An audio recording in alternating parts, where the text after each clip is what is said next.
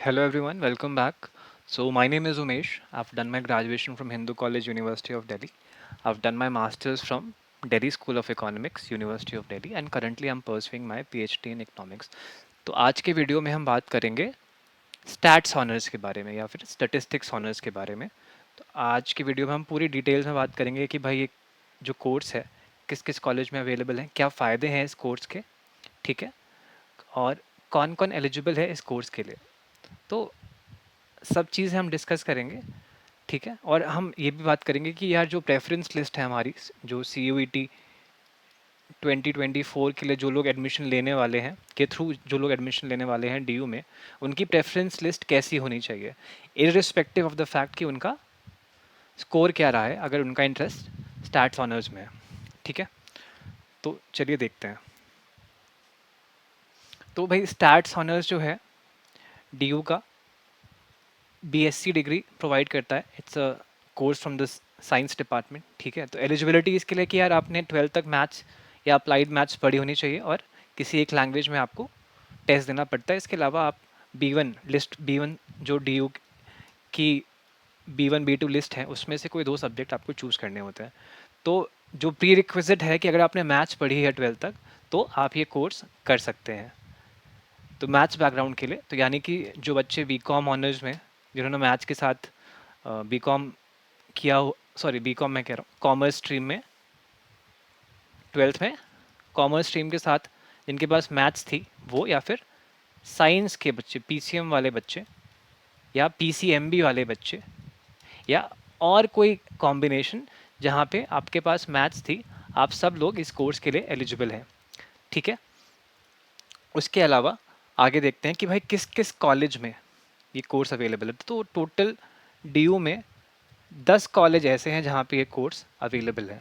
तो कम ही कॉलेज हैं compare to, अगर देखा जाए अगर 70 कॉलेज है डीयू में तो उसमें से सिर्फ 10 कॉलेज में ही ये कोर्स अवेलेबल है। तो नंबर ऑफ सीट्स कम है compare to other courses like BCom honours या इकोनॉमिक्स ऑनर्स या इंग्लिश ऑनर्स, ठीक है, या हिंदी ऑनर्स। तो कम सीटें हैं तो मतलब कंपटीशन थोड़ा ज़्यादा होगा, अगर डिमांड ज़्यादा होगी यहाँ पे। तो नॉर्थ कैंपस में सारे कॉलेजेस में ये कोर्स ऑफर नहीं होता है, तो कुछ ही कॉलेज है नॉर्थ कैंपस में जहाँ पे ये कोर्स ऑफर होता है। तो भाई पहले देखते हैं कि इसके फ़ायदे क्या हैं, हमें क्या क्या फ़ायदा मिलता है ये कोर्स करने से। सबसे अच्छी बात जो इस कोर्स की है कि भाई आपका प्लेसमेंट बड़े आराम से हो जाता है अगर आपने ठीक जगह से ठीक कॉलेज से ये कोर्स कर लिया है। और प्लेसमेंट आपका कितने तक का हो जाएगा, 6 से 10 लाख के बीच में आपका एवरेज प्लेसमेंट हो जाएगा, अगर मान लो आपने हिंदू कॉलेज, केएमसी या रामजस से या फिर एलएसआर से स्टैट्स ऑनर्स किया हुआ है। तो ये इस कोर्स की खासियत है। इसके अलावा आप एलिजिबल हो जाते हैं, एक सेकेंड लेट मी जस्ट,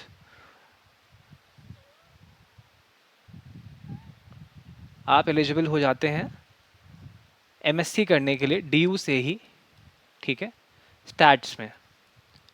तो यहाँ से मास्टर्स करने के फ़ायदे ये हैं कि भाई मास्टर्स में प्लेसमेंट बहुत ही अच्छा है, मतलब एवरेज आपको आराम से 12 लाख यहाँ से मिल जाएगा। और क्योंकि आपने डीयू से बीएससी किया है स्टैट्स में, तो 50% रिजर्वेशन है डीयू के बच्चों का मास्टर्स की सीट्स में, तो ये एडवांटेज मिलता है।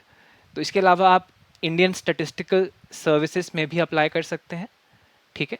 उसके अलावा आप जैसे आपके इंडियन स्टैटिस्टिकल इंस्टीट्यूट्स हैं, जो बहुत ही रिप्यूटेड इंस्टीट्यूट्स हैं स्टैट्स में मास्टर्स करने के लिए, जहाँ से बहुत ही अच्छे प्लेसमेंट्स मिलते हैं, आप वहाँ भी जा सकते हैं, ठीक है। तो ये सारे बेनिफिट्स हैं अगर आप ये कोर्स चुनते हैं। तो लेट्स सी भाई कि क्या क्या किस किस कॉलेज में ये कोर्स ऑफर होता है, ठीक है, जिससे हम एक बेहतर प्रेफरेंस लिस्ट तैयार कर सकें।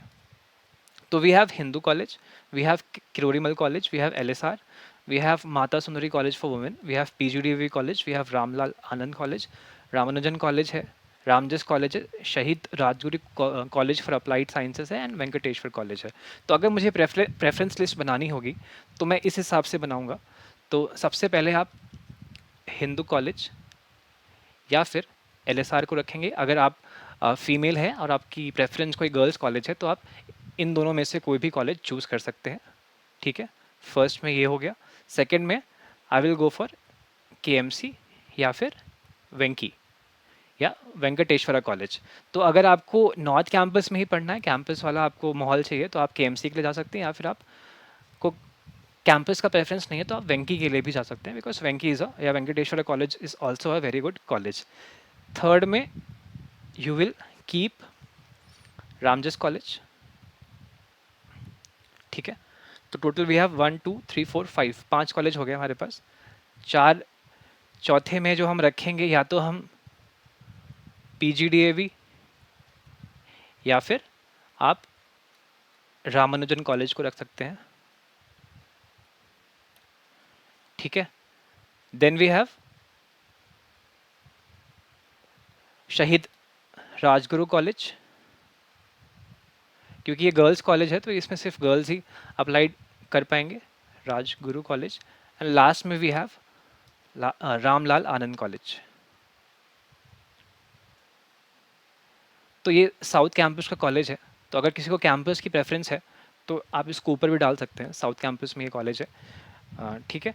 तो इस प्रेफरेंस के हिसाब से मैं चूज़ करूँगा, बट टॉप पे आपके ये 5 कॉलेज ही होंगे, इसमें कोई डाउट नहीं होना चाहिए। बाकी कॉलेज आप चूज़ कर सकते हैं अपनी प्रेफरेंस के हिसाब से, कि अगर आपको लोकेशन ठीक चाहिए, बिकॉज मोटा मोटा लगभग लगभग सारे कॉलेज ये सेम से ही हैं, ऐसा बहुत फ़र्क नहीं आएगा, अनलेस कि वो कॉलेज इन 5 में से है, ठीक है।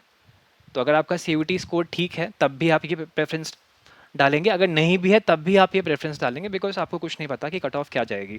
तो आपके जो बेस्ट कॉलेज है आप हमेशा उनको प्रेफरेंस में ऊपर रखेंगे, चाहे आपको मिलने की उम्मीद हो या ना हो, ठीक है। So this was all for this video. इस छोटी सी वीडियो में आपको यही बताना था कि भाई आप अपनी प्रेफरेंस कैसे भरेंगे अगर आप स्टैट्स के लिए अप्लाई कर रहे हैं, ठीक है। Thank you for watching, see you in the next video.